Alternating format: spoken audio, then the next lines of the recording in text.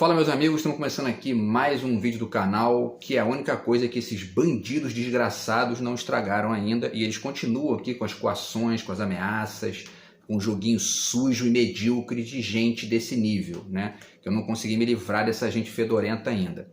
Mas enfim, e aí enquanto eu não me livro dessa gentalha, se é que eu vou conseguir me livrar desses bandidos algum dia, eu vou fazendo aqui a única coisa que eles não meteram a pata ainda para poder estragar, poluir, sujar com a mediocridade deles, que são os vídeos do canal, tá? E no vídeo de hoje a gente vai falar sobre o Gaston Bachelard, tá? Que é um dos filósofos mais fantásticos aí do século XX, um cara genial, que tem uma obra sensacional. E, enfim, vamos falar um pouquinho sobre ele aqui, trazer alguns trechos interessantes de alguns livros bacanas dele, tá? E algumas referências cruzadas aqui para quem quiser estudar mais aí o Bachelard, tal, que é um autor bem legal e que ajuda tanto a galera de filosofia quanto o pessoal da ciência e também a galera da literatura. Então esse é um dos motivos pelos quais, né, eu acho que o Bachelard é um cara muito interessante, porque ele tem essa multidisciplinaridade na obra dele que ajuda bastante aí, enfim, enriquece, né, o pensamento de todo mundo, tá? E aí, antes, vale falar rapidamente aqui de novo, lembrar para vocês que eu estou com o meu livro novo aqui, tá? Meu livro de poemas novo, do outro lado de cá, que é o meu livro de poemas, o terceiro livro de poemas, tá? Meu quinto livro pela Multifoco e o meu nono livro, tá? Então tá aqui comigo para vender. Quem quiser entrar em contato comigo aí, eu deixei o WhatsApp aqui, né, na descrição do vídeo, tá? Vou deixando aí com vocês. Quem quiser me procurar, me procura para poder a gente negociar essa questão do endereço, porque tem que ter o valor do frete, né? O livro tá R$40 mais o frete, tá? E aí, enfim, a gente negocia isso e eu mando para vocês, tá bom? Eu tô com 45 exemplares aqui para poder vender e tô aguardando vocês entrarem em contato aí, tá? E aí eu vou deixar ele aqui, né, para me acompanhar aqui nos próximos dias, tá?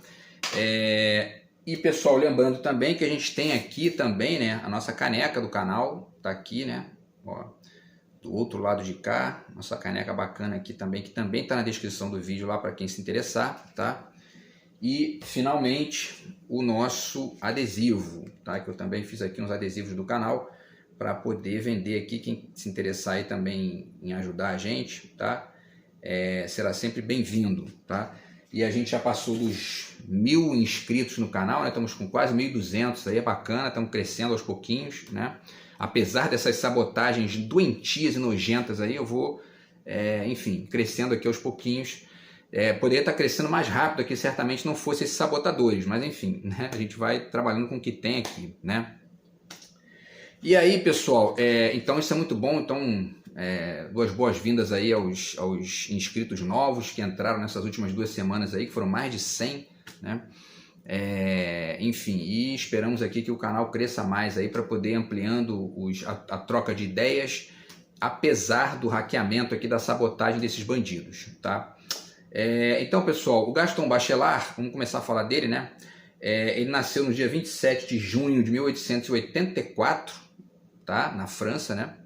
E morreu no dia 16 de outubro de 1962, tá? Ele morreu então com 78 anos, certo? Grande filósofo francês e, como eu falei, ele trabalhou, né? Ele produziu várias e várias obras interessantes de filosofia da ciência, discutindo epistemologia, discutindo a importância da aquisição dos novos conceitos e da nova lógica trazida pela teoria da relatividade, pela mecânica quântica, que ele pegou ali, né, na juventude dele, porque virada do século XIX para o século XX, a teoria da relatividade do Einstein nasce ali, né, mais ou menos em 1900, por ali, entre 1900 e 1910, né, nesse período aí que a coisa vai ficando, realmente vai ganhando o contorno que a gente conhece de maneira mais ampla aí, tá? Então o Bachelard trabalha com filosofia da ciência, trabalha com literatura também, tem vários livros nos quais ele usa os temas da literatura para pensar questões da física e vice-versa, né? Questões ele pega a física para pensar questões da literatura também, da produção poética, e ele é conhecido, né, no meio acadêmico por ser um cara da fenomenologia, e ele defende isso em várias obras dele. Agora, quando você lê o texto do Bachelard mesmo, né, quando você vai ao texto dos livros dele, você percebe que é muito mais do que isso, né? Tem várias construções teóricas interessantes ali que superam essa redoma conceitual na qual ele foi, enfim, aprisionado aí por uma certa vertente acadêmica que fica trabalhando com ele como se ele fosse um fenomenólogo estrito sensu, né? É muito mais do que isso, certo? E aí, pessoal, né, tem vários livros dele, eu vou falar de alguns aqui. Tem outros que eu não vou falar, mas eu tenho aqui, né? Por exemplo, esse aqui é Psicanálise do Fogo, que é um livro dele que eu tenho, não li e agora que eu não vou ler mesmo, né? Depois que essa gente está me perturbando aí, agora que eu não vou ler mesmo isso. Mas enfim, só para citar, né? Esse livro aqui dele é chamado Estudos, tá? Que é muito interessante, que é um livro que ele fala sobre certos aspectos aí da física e que tem muita contribuição para dar para a filosofia também, tá? Esse livro aqui, que é A Formação do Espírito Científico, que é muito bacana também, tá? Esse livro aqui eu não li inteiro, mas eu li uma boa parte dele, tem muita coisa legal aqui também.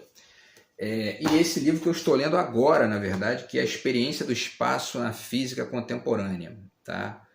Então tá aí o Gaston Bachelard falando sobre a questão do espaço, né, na física contemporânea, justamente pensando nessas apropriações, nessas novas contribuições da física quântica, da teoria da relatividade, etc. Tá?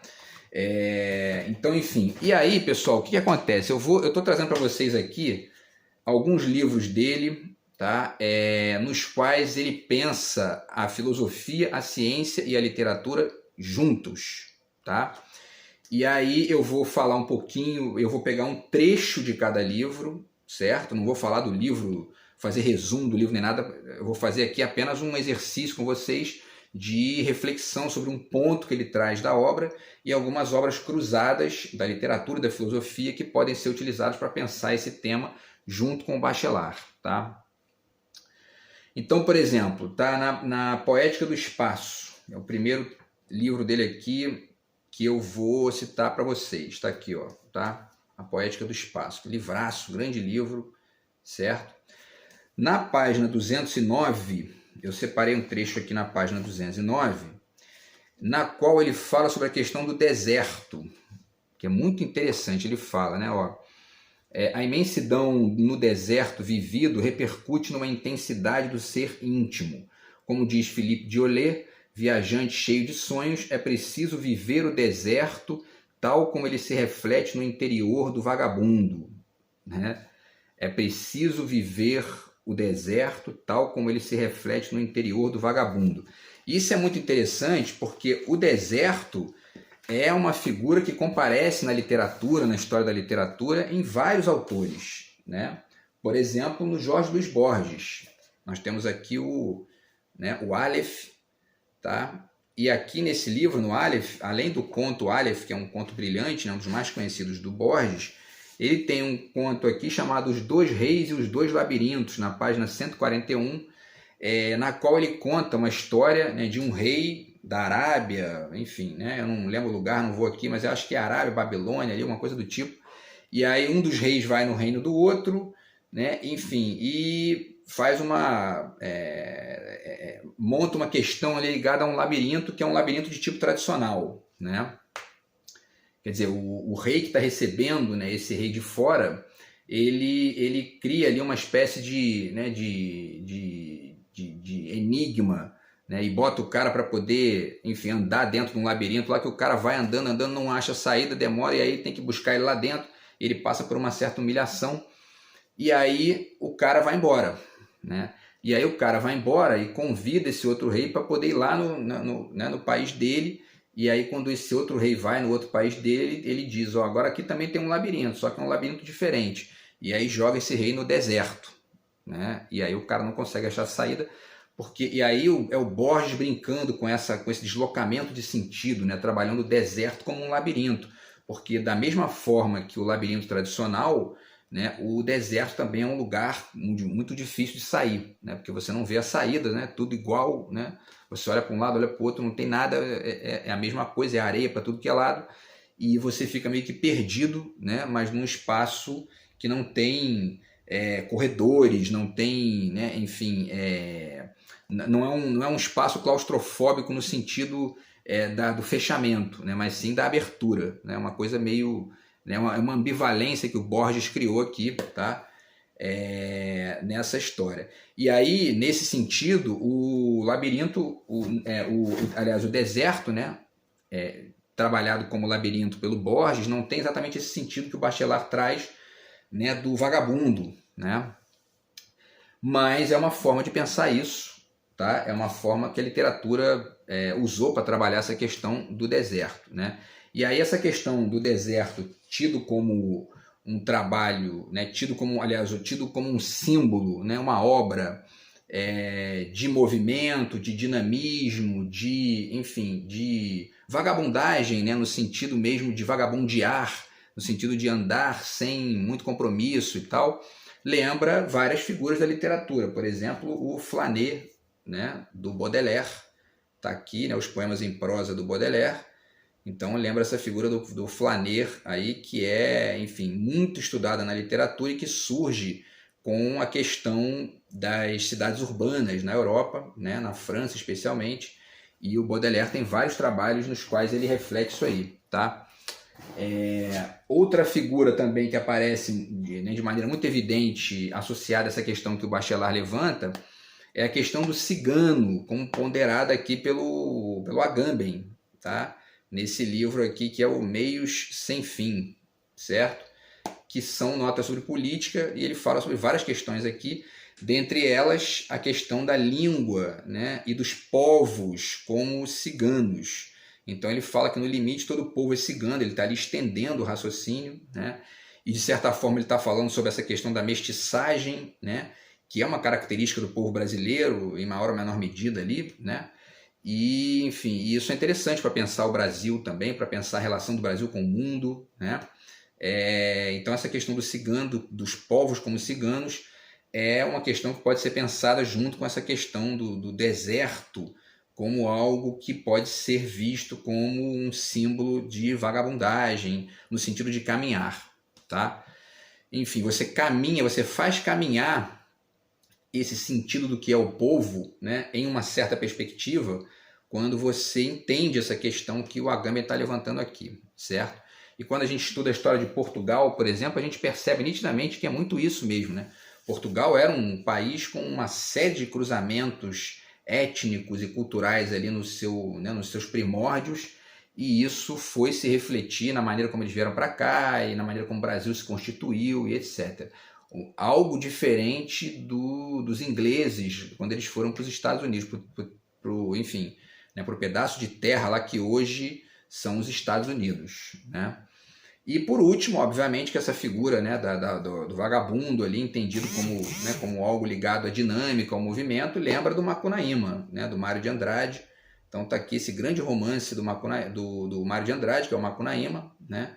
E, enfim, o Macunaíma é essa figura sensacional, esse personagem, né, clássico da história da literatura brasileira, que vai atrás da sua pedra preciosa lá em Muraquitã, que foi capturada pelo Venceslau Pietro Petra, né? Então, enfim, o Macunaíma também é uma referência bacana para pensar essa frase do Gaston Bachelard, esse trecho, né? E, de certa forma, como se trata de um trabalho sobre a questão do espaço, essa questão do vagabundo, do deserto, do movimento, da dinâmica, também tem muita conexão com essa discussão do que é o espaço na física contemporânea e na globalização também, né? Então isso pode ajudar a galera a pensar isso aí, tá? Entrecruzado. Beleza, pessoal? Vamos continuar aqui então, né? O segundo livro que eu trago para vocês é o Poética do Devaneio. Se não der tempo de fazer tudo hoje, eu faço outro vídeo aqui também sobre isso, não tem problema, tá? A Poética do Devaneio, certo? E aí, na página, tá aqui, ó, A Poética do Devaneio, que é um grande livro do Bachelard também. Todos nessas edições vermelhas aqui, né, da Martins Fontes, que é muito bacana também, porque dá uma característica bem específica que é esses livros, essa coleção, né? E aí ele fala aqui da linguagem do significado, da linguagem poética e do mundo da palavra, tá? Na página 179, vamos ver aqui. Então tá aqui, ó. E aí ele fala, né? Pelo poeta, o mundo da palavra é renovado no seu princípio, pelo menos o verdadeiro poeta é bilíngue, não confunde a linguagem do significado com a linguagem poética, né? Então, pelo poeta, o mundo da palavra é renovado no seu princípio. Pelo menos o verdadeiro poeta é bilíngue, né? É um pouco isso, é um pouco o princípio da fenomenologia dele, né? Dessa perspectiva dele, da criação, do instante de criação da arte, da própria vida, né?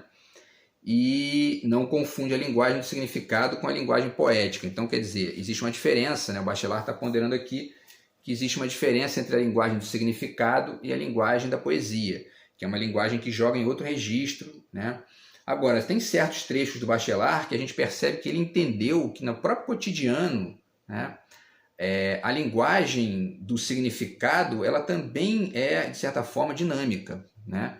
Ela está ali num jogo de associações do cotidiano que carrega algo de poesia. E aí é bacana que em certos trechos dele ele percebe isso, em outros ele faz uma certa distinção, né? Mas o fato é que nesse ponto aqui ele está fazendo essa distinção entre a linguagem do significado e a linguagem poética. E aí a gente lembra, evidentemente, da metáfora, né? Que é uma das figuras mais clássicas desse exercício poético, né? E está aqui o livro do Borges, Esse Ofício do Verso, que é um livro sensacional, porque são aulas que o Borges deu sobre literatura, sobre isso, né?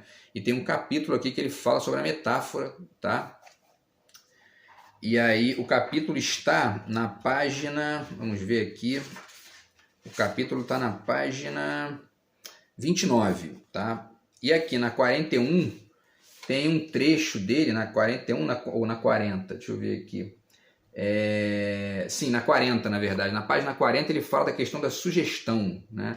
E aí ele diz, porque no meu entender qualquer coisa sugerida é bem mais eficaz do que qualquer coisa apregoada. Talvez a mente humana tenha uma tendência a negar declarações, né? E aí ele fala dessa questão das associações que são sutis, né? E isso é uma das características da estrutura da literatura, né? É óbvio que isso na mão, por exemplo, de um chantagista, isso cai no baixo nível, né? Que é muito o que essa gentalha nojenta tem feito aí. Agora, quando isso está realmente conectado com a arte, com algo realmente importante, interessante, rico, né? Que traz coisas bacanas para a vida das pessoas e não lixo, problema, né? Enfim, poluição e baixo nível, aí fica interessante, né? E o Borges está ponderando isso aqui. E essa questão da sugestão, de certa forma, é um dos traços de estilo mais importantes do simbolismo, por exemplo, né? Trago aqui, por exemplo, para vocês o trabalho do Verlaine, né? Tá aqui o Paul Verlaine, A Voz dos Botequins e Outros Poemas, certo? E aqui, num dos poemas desse livro, ele fala na página 77 sobre a arte poética, e aí ele pondera a importância da nuance, né? E ele diz, nós só queremos o meio tom, nada de cor, somente a nuance, né?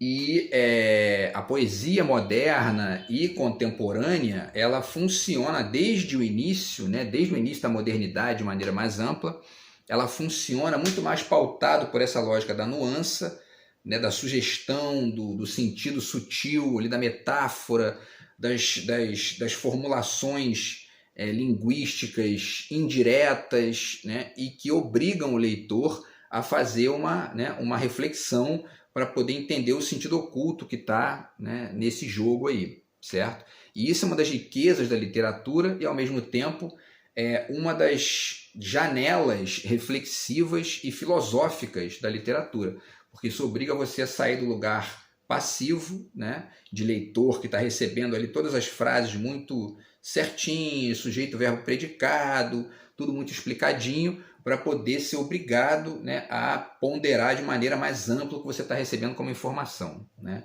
E aí eu chamo a atenção aqui também para esse trabalho do Roman Jakobson, que é o Linguística e Comunicação, no qual ele fala sobre a questão da linguagem poética, tá? Pensado aí a partir da teoria da comunicação, aquela coisa de mensagem, emissor, receptor, né?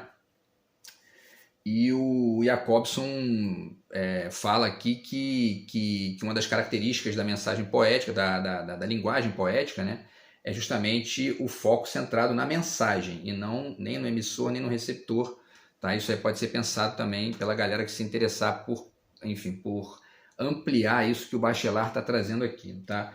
E aí eu deixo um exemplo do meu livro aqui, tá? Que eu acabei de lançar, né? Acabei de falar para vocês aqui sobre ele, tá? Então, por exemplo, na página 44, tem um poema chamado Aveação, né?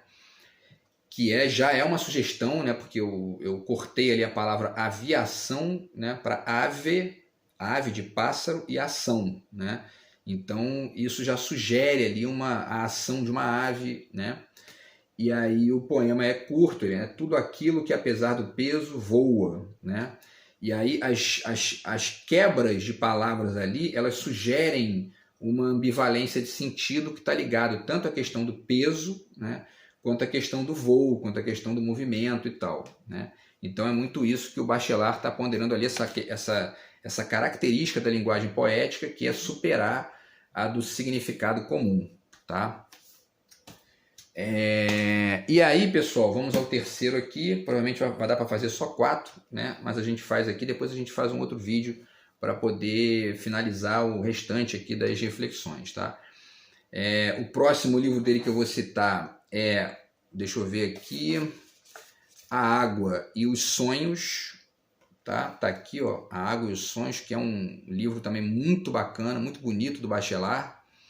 E aí ele vai falar na 88 sobre a questão da cabeleira e da água, né? E eu que já tive cabelo grande, agora não tenho nenhum, né? Mas enfim, me identifiquei logo com esse texto aqui. E aí ele fala, né, na 88, ele vai falando aqui e tal, né, da questão da cabeleira e tal, e aí diz o seguinte, ó, em última análise, a imaginação literária, que só pode desenvolver-se no reino da imagem, que deve traduzir já as formas, é mais propícia que a imaginação pictórica para estudar a nossa necessidade de imaginar. Tá? Ele está fazendo uma distinção entre a imagem literária e a imagem da pintura, por exemplo, né? Que é uma imagem que está ali, é uma imagem de contornos e não uma imagem mental, né? E aí ele diz, né, insistamos um pouco mais nessa característica dinâmica da imaginação, característica dinâmica a qual esperamos dedicar outro estudo. E aí ele fala da cabeleira e tal, né, fala, a cabeleira pode ser a de um anjo do céu, né? Ele diz, né, no tema que estamos desenvolvendo fica muito claro que não é a forma da cabeleira que faz pensar na água corrente, mas o seu movimento, né? Quer dizer, o ondular da cabeleira, né? É uma associação indireta que ele está trazendo aqui para a gente, né? E aí ele finaliza dizendo, a cabeleira pode ser a de um anjo do céu, no momento em que ondula, ela traz naturalmente sua imagem aquática. Quer dizer, né, uma associação do cabelo, quando ele está ali ondulando, especialmente quando venta e tal, que isso conecta com a água, né, com as ondas do mar e tal. É uma associação indireta que ele está chamando a atenção da gente aqui, né? Essas conexões lembram várias coisas, né? Por exemplo, o impressionismo. Está aqui um livro do Maurice Serroulard, quem quiser acessar aí. Por isso que, como ele fala da questão, né, ele compara a imagem literária com a imagem poética, com a imagem pictórica, melhor dizendo, né, é interessante vocês entenderem, quem quiser, né, o que é o impressionismo, o que foi o pós-impressionismo, então Monet, né, enfim, Renoir e tal, aqueles outros autores, né, aqueles outros pintores, como eles começaram a tentar sair daquela figura do contorno muito definido, tá? Para poder criar imagens que tivessem mais uma sensação de movimento ali, né? E, portanto, eles estão justamente indo para um ondular da imagem, que são aqueles pingos, né, que você vê nas pinturas do Monet e que depois se transformam justamente em ondas na obra do Van Gogh, que tenta superar isso, né? No pós-impressionismo, e as manchas do Cézanne também, quer dizer, que já são uma superação dessas limitações da imagem pictórica que o Bachelard pondera ali no livro dele, tá? Então, isso é interessante de pensar aí, beleza, pessoal? Esse livro aqui também é muito bacana, que é um livro que explica direitinho aí essas características, as diferenças e tal. Ao mesmo tempo, essa imagem da água, né, ela também é utilizada pelo Bauman, tá? Para poder falar de uma certa fugacidade violenta que a gente está vivendo no mundo moderno e contemporâneo, né? Essa coisa do fugaz, né, de tudo que é substituído muito rápido, e como a água tem um certo sentido de movimento, né, o rio, por exemplo, né, a chuva e tal, Isso se reflete nessa metáfora que o Bauman traz aqui, né? A modernidade líquida. Vocês veem que só o próprio título do livro já é metafórico, já é literário, porque essa é uma característica da filosofia e da filosofia moderna, então, e contemporânea mais ainda, né? Então vocês veem que essas metáforas que o Bachelard está apontando, elas estão o tempo todo comparecendo nas produções contemporâneas aí da forma como ele ponderou ali, né? E em formas alternativas também.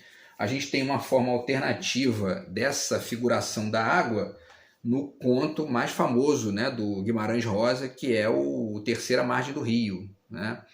E ali o rio ele aparece não exatamente como uma figura de movimento, né, no sentido de corrente, né, mas no sentido de fato de algo que está criando um distanciamento meio que inclusive passivo ali, né, meio que, né, um distanciamento enigmático, né, e as pessoas ali ficam sem saber o que fazer porque o cara está, né, enfim, quem não conhece a história, né, é um pai lá que ele vai para o meio do rio, pega um barco, vai para o meio do rio e fica lá, para no meio do rio, né, e aí, enfim, a família fica ali na beira do rio, na margem do rio, meio que assustada com aquilo e tal, tentando entender, né, e né, o rio aqui ele comparece como a água, portanto, como uma figura de alinhamento até e de, enfim, né, de enigma, tá, nessa construção genial aqui do Guimarães Rosa, tá, que para mim a melhor história dele é essa aqui, disparado. Enfim, tá, pessoal? E aí, por último, a gente fala aqui rapidamente desse outro livro aqui do Bachelard, que é O Ar e os Sonhos, tá? Tá aqui, ó, O Ar e os Sonhos, tá? Que o trecho que eu separei, que é da 78, fala sobre o pássaro e a liberdade, tá? Na página 78, vamos pegar aqui rapidinho, para ver se a gente completa aqui, tá? Então, na página 78 ele fala, né, o pássaro, ele vai falando aqui, né, de um livro, se não me engano, de quem é aqui? Do William Blake, né? Então ele fala, nas visões das filhas de Albion, passam a águia, o rouxinol, a cotovia e tal, em 10 páginas pode-se contar 15 coisas voantes, mais de 25 voos. Os voos concretos estão na própria origem dos movimentos cósmicos que atravessam o texto. Ele está falando do ar, né, e das figuras que aparecem no ar como figuras, como metáforas do movimento, né? E aí ele fala, né, que o pássaro do mar toma a rajada de inverno como roupa para o seu corpo. O pássaro do mar é intimamente o ser borrascoso, o centro dinâmico da borrasca. E aí ele finaliza, né? Para Blake, o voo é a liberdade do mundo, né? E assim o pássaro é o ar livre personificado, né? E aí ele fala inclusive ele dá uma curiosidade interessante aqui da língua alemã. Ele diz, né? Lembremos que a língua alemã restitui ao pássaro sua máxima liberdade. Ela não diz de maneira elíptica, livre como o ar, mas sim livre como o pássaro no ar. Aí ele fala a frase em alemão, né? Freu wie der Vogel in der Luft, né? E aí, enfim, essa coisa dinâmica que é o pássaro, que é o ar, que é o voo, né? Que são a asa. Ele fala de várias dessas figuras aqui nesse livro. E isso remete a uma série de coisas legais aqui. Eu vou falar só de duas rapidinho. Um poema do Manuel de Barros, nos arranjos para assobio, tá? Então aqui na página 55 ele fala, né, do Bugre Aniceto, né, que é uma figura lá, um indígena. E aí o Bugre Aniceto quase não para de pé como os cadarços, mas usa um instrumento de voar que prende nos cabelos como os poetas, né? Que é justamente a asa como figura de imaginação, de pensamento, de reflexão, de modificação do sentido das coisas, tá? E por último, lembrei também do conto do Menalton Braff aqui, tá? No A Sombra do Cipreste, certo? Que é justamente a paisagem do Pequeno Rei, né? Que está aqui na página 85, tá? Esse conto é muito legal também, e ele fala, né, do quanto que às vezes a gente tenta capturar, que é uma coisa que o Bachelard fala também no livro dele, né? Que é essa dificuldade que, por exemplo, né, as pessoas prendem pássaros em gaiolas, por exemplo. Isso é um atentado, né, a essa imagem bacana que é o voo, que é a liberdade, que é, enfim, que é a coisa bonita. Então, e esse conto do Menalton Braff exercita criticamente aí essa questão, né, com o menino na janela lá, que tenta capturar o pássaro lá da árvore, e aí, enfim, acontece um desastre lá, que na verdade, a grande metáfora do conto, tá? Então é isso, pessoal, foram essas 4 questões aí hoje, tá? A gente de repente faz mais um vídeo para amanhã aí, finalizando isso, ou então para semana que vem, tá?